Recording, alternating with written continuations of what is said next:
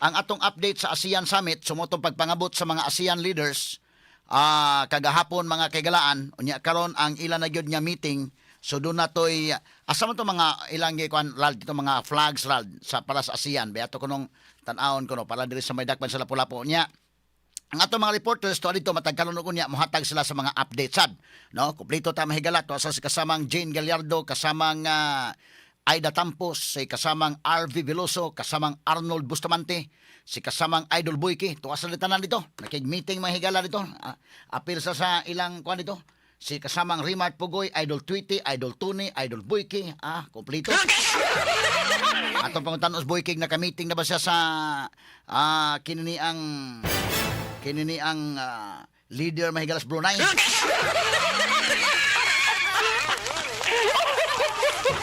Murag nagpa-selfie to si Idol Boyki baka dito no.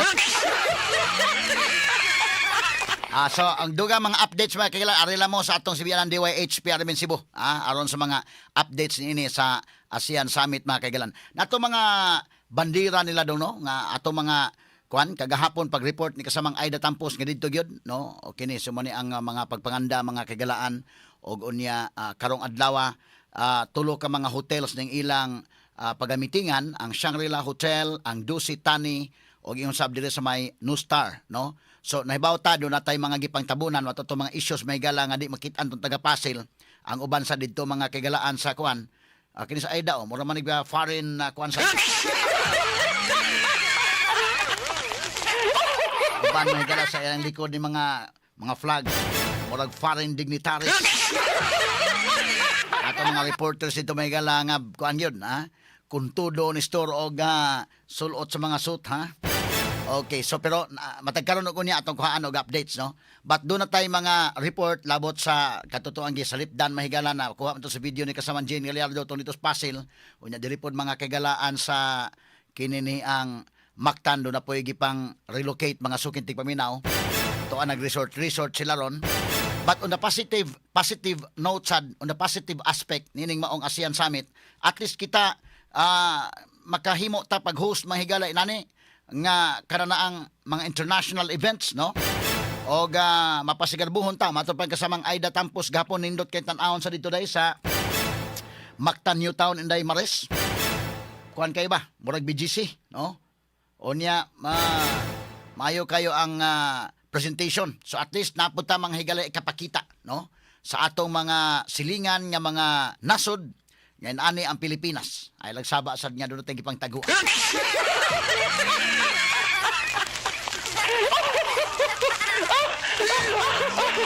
Ato lang agi katawa mga sukid tigpaminaw. Unya kinini ang kuan gyud ani unsa man nga Aida no? Pwede nito mabati ng Aida. Report ni sa ani day. Nag-report ni sa ani. Okay, recorded report. Unya unsa man na. Hello, live na kita karon diri sa International Media Center sa Mactan World Museum diin gibuksan na karong adlaw ang International Media Center nga maoy hugupan sa gibanabanang 800 to 1,000 journalists, local ug foreign journalists nga mo cover sa ika-48 nga ASEAN Summit nga diri gipahigayon sa Cebu. Lain-lain nga mga business and related meetings sa gipahigayon sugod og mga adlaw nga tuna sa Mayo 8 nga maoy katapusan og key highlights og significant sa umaabot nga pag tambong sa 11 ka mga world leaders gilangkuban of course sa Pilipinas, sa nasod sa Brunei, Cambodia, Indonesia, Laos, Malaysia, Myanmar, Singapore, Thailand ug Vietnam. Ingon man ang bagong membro sa ASEAN nga mao ang Timor-Leste. Ikatakda usab ga mo attend karong maabot Mayo 8 si Presidente Bongbong Marcos Jr. ug ang mga leaders gikan sa ASEAN member nations mga kasama atol sa Mayo 8. Ang kinatibuk ang puwersa sa Radio Mindanao Network sa Cebu, ingon man sa IFM, maoy mulangkob mohatag kaninyo sa mga paghulagway sa usa ka historical moment nga ipahigayon na ika-48 nga ASEAN Summit diri sa Cebu. Kung ato hinumduman 2007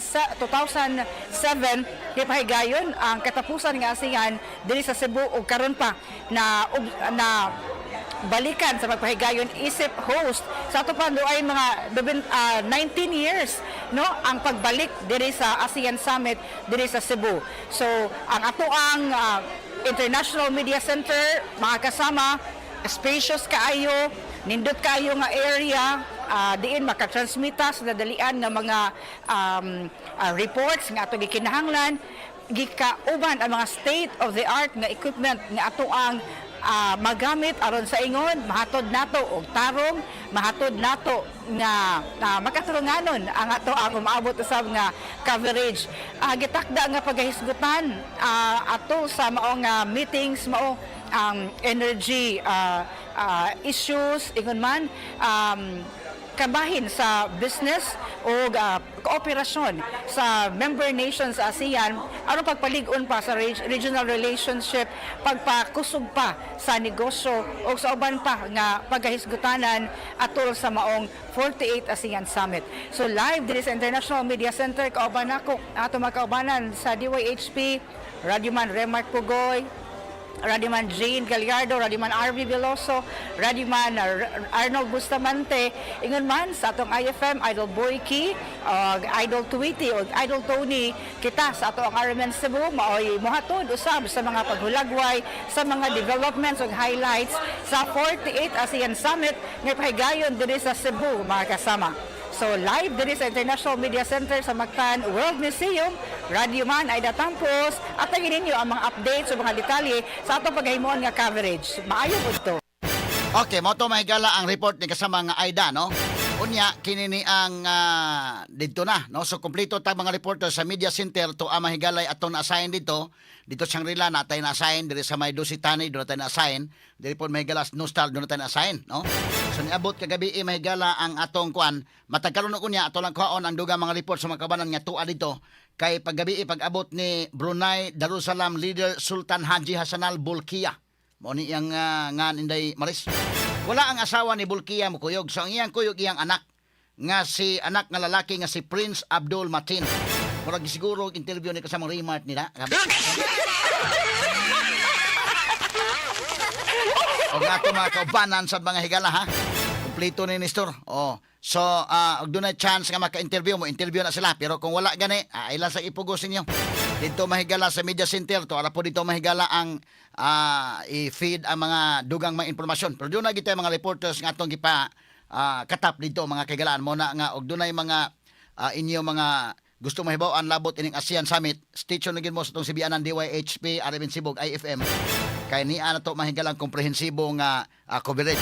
So ang matawag na ito mahigalag priority, hatagan o prioridad sa kinini ang ASEAN Summit karon kining labot sa energy, food security o ang protection of ASEAN nationals. Mo ni hatagag pagtagad mga kagalaan labi na karon ni ining unsaon na to mahigala nga magkasabot ning maong mga silingan na to nga mga nasod. Unsaon na to pag-react no ni ining problema sa Middle East, problema mahigala sa energy, gumikan makigalaan kay dunay crisis dito, apektado man ng mga ASEAN countries. Unya labaw tanan kita mismo sa Pilipinas labaw tang naapektaran. So dunay mensahe si Presidente BBM, unang mensahe niya. Ato sa paminaon kini iyang mensahe nga pasiuna kasama nga Gerald. Okay na ba ka Gerald? Sige, ato kunong paminaon usa no kining iyang mensahe pasiuna alang sa 48th ASEAN Summit. Okay na kini. Okay. Atong bation ang iyang kwan? Naay audio ni dong? Sige, unya to taod kay maghisgot ta mahigala. Pride and resolve the responsibility but before ana kanisa. of sharing Okay. sa inyong lahat. Today, Cebu welcomes ASEAN leaders to the 48th ASEAN Summit and related meetings. As ASEAN chair this year, the Philippines carries with pride and resolve the responsibility of shaping the future of the region. It has been 9 years since the Philippines last chairs ASEAN. Since then, our region has shown remarkable resilience, overcoming major obstacles and making meaningful progress. But our work is far from over.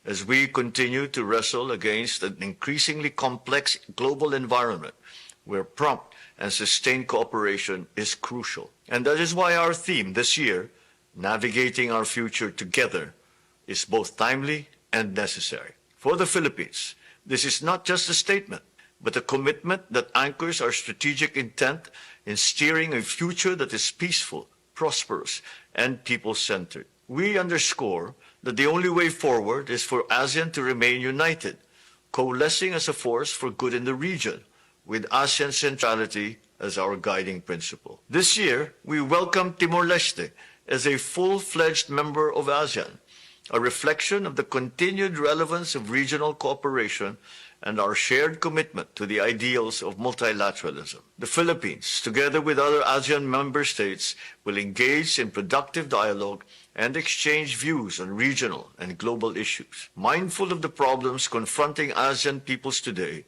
we will spotlight three main priorities: energy security, food security, and the safety of ASEAN nationals across the world.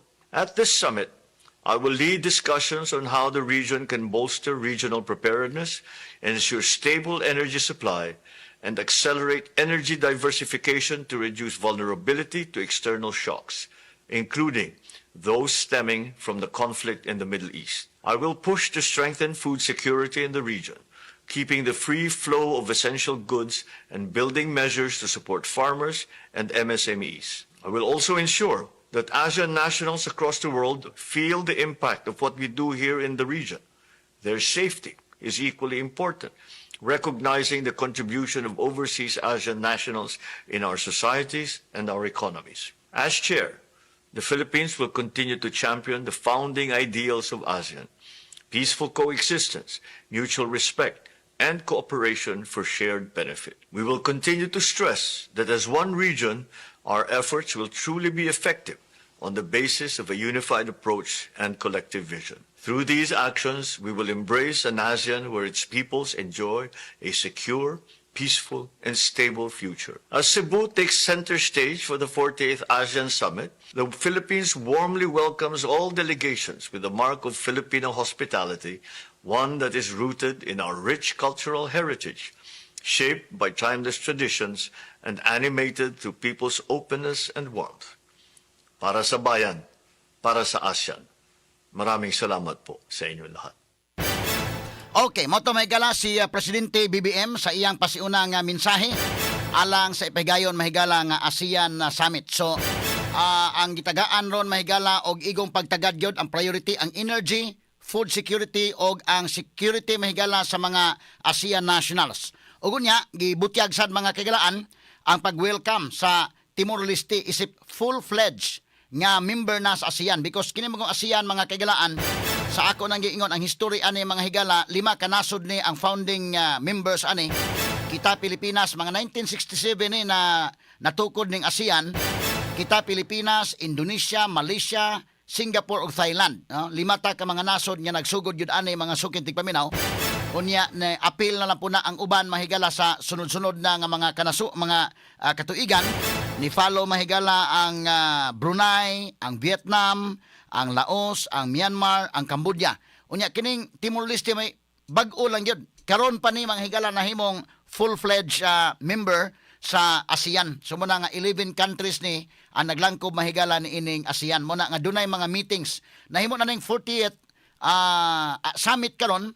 Gumikan mga higala kay dunay mga tuig kaniadto nga dili kayo aktibo ang meetings, dili kayo aktibo mahigala ang summit, but kini karon na active na sa katuig nga kaduha mga higala ang summit mo na nga medyo napaspas kay kadto ganing pag summit na 2007 kita nag-host diri mga kagalaan kuan pa man to 12 ASEAN Summit, no?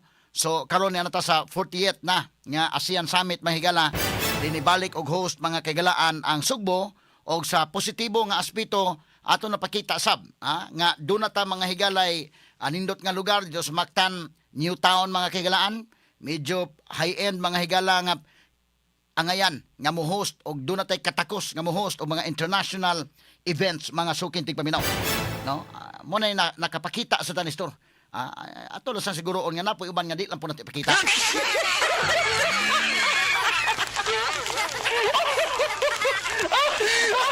Ato lang lagi katawa mahigala. Pero at least kung tan-aw na to unsay mahimong resulta ani mga higala niining maong meeting hinaot punta nga matagaag pagtagad ang unsaon to pag-react. Number 1 kining sa energy o food security mga sukid tigpaminaw. Dinhi sa ASEAN kay ang unang magutman gyud og magkagubot dito sa Middle East ang ASEAN. Labaw tanan Pilipinas. Kita mga higala mo'y grabing apektaran kay kauban man nato dinhi sa ASEAN countries ang Vietnam. Pero kauban na to ang Vietnam din ang ila mahigalang energy problem pag buto sa gubat sa Middle East, paspas nga nisud ang ilang gobyerno. Muna nga ang mga Vietnamese, wa gyud sila ingon ta maka experience mahigalang sama sa ato nga agungoy gyud. Ang kita diri, agungoy kita sa atong gasolina o krudo. Karon naman si manahan, ibalik naman sa gani mga higalag saka. So mo ni, no?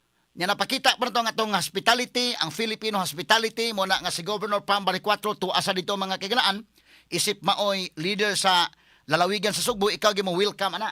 Niya nang mga bisita na to, no? Maoy mo welcome sa mga bisita gikan sa nagkadaiyang mga kanasuran. Straight to the point. Ang ako ini og magtinabangay ni mga ASEAN countries unya mag-exchange notes po unta Inday Maris. Naman ni mga head of states, mga dignitaries, doon na po mahigalay ilang mga staff nga gipanda, ang ilang mga leaders nga gipanda, lamang daghan kani nga meetings actually. Ang uban gani ani mag-Zoom meeting na Inday Maris. Ang uban nga mga officials, no, dito ra sa media center mga sukid di paminaw. So, kung mag-exchange notes lang, makakuha sa tag-idea nila unsay pamaagi. Kay kitang Pilipinas, kita may naapektaran. Unya ang gubat dito sa Middle East, may gala volatile pa kayo. Wa pa gyud mga higalay, klaro nga kasulbaran nga okay na ba? Ang Iran mahigalak ang US. Hinuon sa pagkakaroon mahigala si US Secretary of State Marco Rubio, maadto sa Vatican. Aron nga iya mahigalang i-meet si Pope Leo, kay medyo nagkasinukliay sa tumigalang mga puong ni US President Donald Trump. Pero si Pope Leo ba yan? American ba yan no? So muna nga, og mag-exchange notes, makakuha ta, o mga idea, kay ang Vietnam, mahigala di man sila nana nga napiktaran yun, kay ang ilang mga taxes attached diha sa ilang mga petroleum products, gipang tangtang na yun, Kita Pilipinas, wa yun. Unya, anatangtang na to, excise tax lang mahigalas kerosene, o ingon man mga kagalaan sa LPG. Ang gasolina o ang crudo, wa. Unya, okay no tato nga naman naman og kuan kada semana mo us-us na basus karon semanahan ibalik man day. 3 pesos naman sa dinuon ang pagsaka. Straight to the point. So unsa man mga kagalaay masabutan ining ato mga silingang mga nasod. Nga unsaon nato ni nga makatinabangay ta pag-react ining problema mahigala sa gubat dito sa Middle East. Apil pod mahigala ang problema labot mga kagalaan sa elektrisidad. Kay kita sa Pilipinas, mga sukid di paminaw, medyo maghisgot tag electricity mga kagalaan. Di po ta inana ka kuan yun. Ang atong kuryente mahal, ang ato mahigalang elektrisidad mahal, ang dinhi sa Sugbo landaan mga kaigsunan nagkinahanglan every year ang Sugbo mo manginahanglan tang atong requirement sa kuryente 150 megawatt every year mo saka sa every year. Ngano man tungod sa booming ang Sugbo.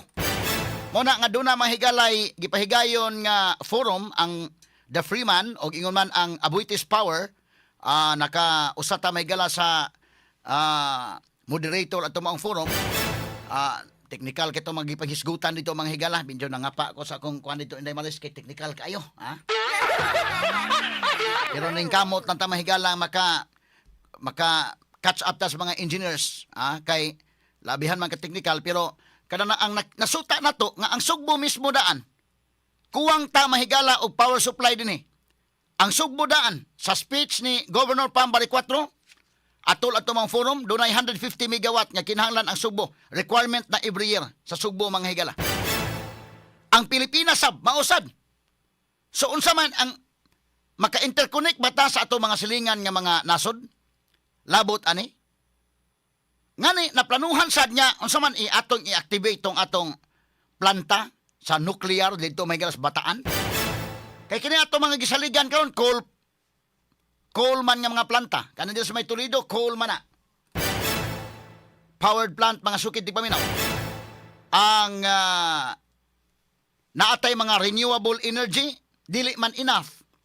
Nya kita sa Sugbo booming man ang Sugbo maginahanglan tag daghang kuryente dinhi ang ato mahigala mga power generation sa Sugbo kada mga generate mahigala og kuryente dili makasarang. So ang Sugbo nanguha ta og kuryente gikan mahigala sa laing mga lugar. In fact, ang Leyte ni supply nato. ang ilang gisupply geothermal, geothermal energy ang gisupply sa Leyte padong sa Cebu. So kining gigamit nato mahigala sa kwan, mga kuryente dili ta sufficient ang sugbo. Og ang tibok nasod ang Pilipinas, dili pud ana mahigala ka sufficient mo nang apil nga naa sa pipeline sa Department of Energy kung ato bang idayon ang atong nuclear plant o di ba?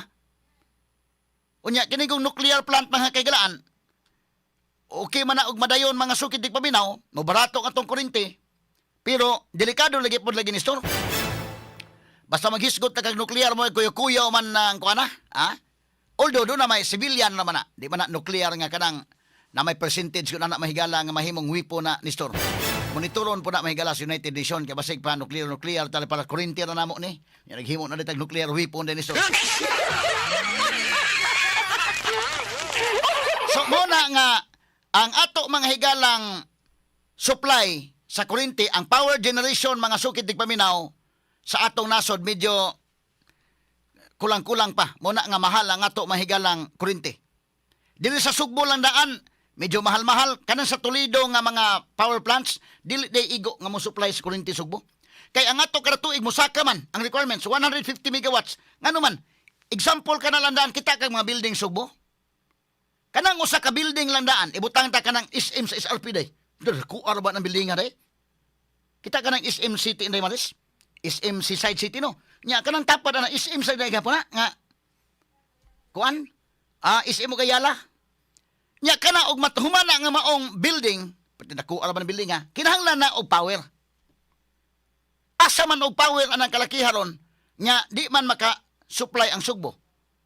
So manguha ta mahigala sa pagkakaroon ang Sugbo nanguha ta sa Mindanao, nanguha ta mahigala sa Luzon, og nanguha ta makigalaan dito sa Leyte. Kanang geothermal sa Leyte, kuha na siya, renewable energy na, limpyo na nga energy nga matang, renewable na, pero nagumpra ta na. Dili sufficient ang, dili ta self-reliant dili sa Sugbo, o magisgot ang mahigala kuryente. Unya, kung tanaw na to, napamahigala sa atong billing kada buwan ay. Tanaw ni mo mahigala, bayad ka sa Vico. Giusalan na mo bayad pero apil na dito ang Vico rin mo sa ato Vico or si Vico. Gibayaran na to dito sa Vico mga sukid paminaw maunay kantidad. Pero ang dako-dako nga bayrono naa sa generation naa mahigala sa transmission kanang sa NGCP. Kay ang generation mahigala pag generate og kuryente mutabok pa na nga to, pinaagi sa NGCP mahigala kanilang mga transmission lines. Una pa na mo adto sa distribution. Kaning sa Vico, distribution na ning ila. Pag-distribute sa kuryente, askang mahala inday maris. Unya na para bay daghan nga gipang butang diha nga mga kon. Kanang tulom nga generation, transmission o distribution, kabayad kita ang klaro. Pero na pa'y mga taxes nga gibutang sa diha. Mura tayo mag-ingon sa man mga hidden charges maning uban. Nya di naman taganahang mabasa kay gagmay na mapino na ba kayo? Nagabot sa bills kuryente, bayad na sa ta. Na karon og mao ni ang usa sa mga i-address ang sa energy nga aspect sa kuryente og iguman mga higala sa atong mga produktong petrolyo unsa may mahitabo ani. Makatabang kaning ASEAN aning kalakiha. O magtinabangay ta sa atong mga silingan nga mga nasod. Usa ni nga atong tan-awon mga higala unsay mahimong resulta ani sa ilang meeting. Doon na ba kasi ideas dito mga higala kay ubang mga kanasuran di man gud ingon niya pareha nato ba nga dependent kita sa Middle East. Unya mo na nga kung di ta kakuhag uwi sa Middle East, problema tag dako. So nahitabo nangumpra ta sa Russia. Pero pag anhin ni Amy Marcos sa tumilabay nga si Mana Inday, mo na yung sa nga nganong mangumpra ta sa Russia mananghid pa ta sa Washington. Ngano man kini kung Amerika mahigala mura gud magsilos basad. Muna nga manguha ta og kuan mo palit mi sa Russia kayo sa untaman nga wa naman may gasolina sa Pilipinas. Mananghid po ta sa Washington nga ari lang sa may palit sa Russia ha. Kaya di sa ta gusto magsilos sa sila. Masina sila. Ang uban pong kanasuran dito sa mga European countries na suko sad na medyo murag na hiubos po sa Amerika kay ilang gitagaan mahigalag waiver kita sa Pilipinas kang ngumprata sa Russia. Di man ta na mga higala mo sugot ang mangumpra dito kay kuan man kana na ang naman na mahigalay sanction ang Russia. But tungod sa wa naman tayo lang kapalitan, di tayo kapalit sa Middle East tungod sa gisulad ang Strait of Hormuz. Wa man. So alita Russia palit. So ang Amerika ni hatag og waiver nga sige palit lang mo sa Russia. So ug magsiging giras Middle East Russia mabulahan.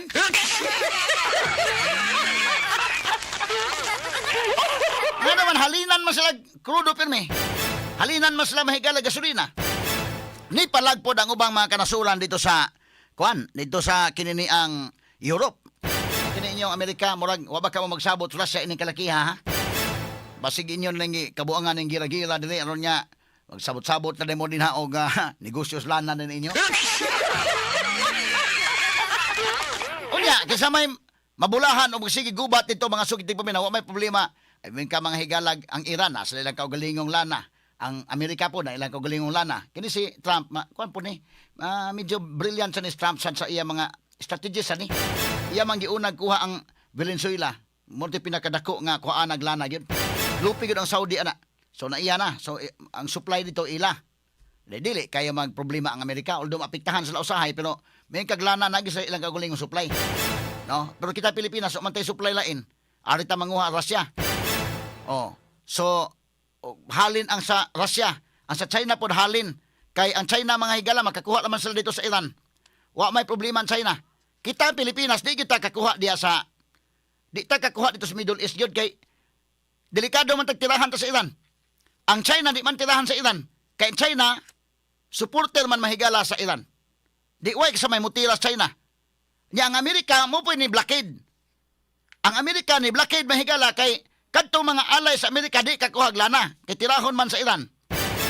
Di ingong bawas pong Amerika di kadto pong mga alay sa Iran patabla di pun mo kakuha kay mag-blockade sabi. Pero China may galawa man okay naman China, may China agi lang mi ha. Wa mi labot sa inyong gira pagi lang gyud ninyo, ari lang gyud apil-apila kay baa lang gyud.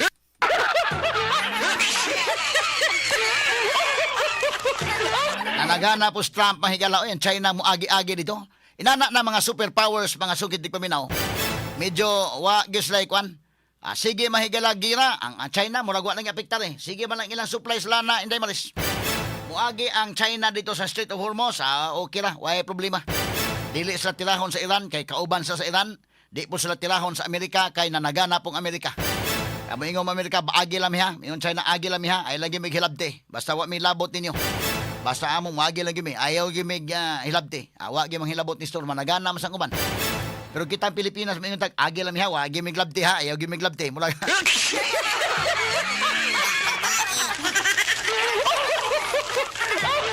O niya glabtan mo, unsa man niya ikasarang. Ha? Pwede sa tag maingon niya, ay glabti ha, kay bantay lagi mo. Ma-activate yun among Sikihor na airbase ng kalakihan.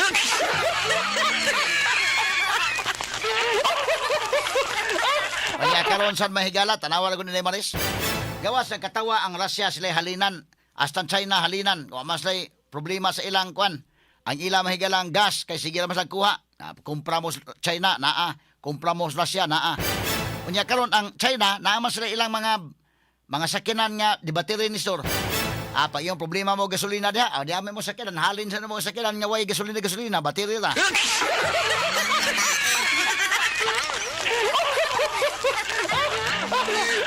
Sa dunay gubat problema mahigala pero para sa China dili problema, para sa mga insect opportunity na para nila. Ang uban may galamot kadako na mo problema tungod ining gira sa Middle East. Ang China may pasultiyon dahil malis kadako sa among katawa. Opportunity na mo kaya hasta mo mga vehicles nga mga dekurinti perti halina.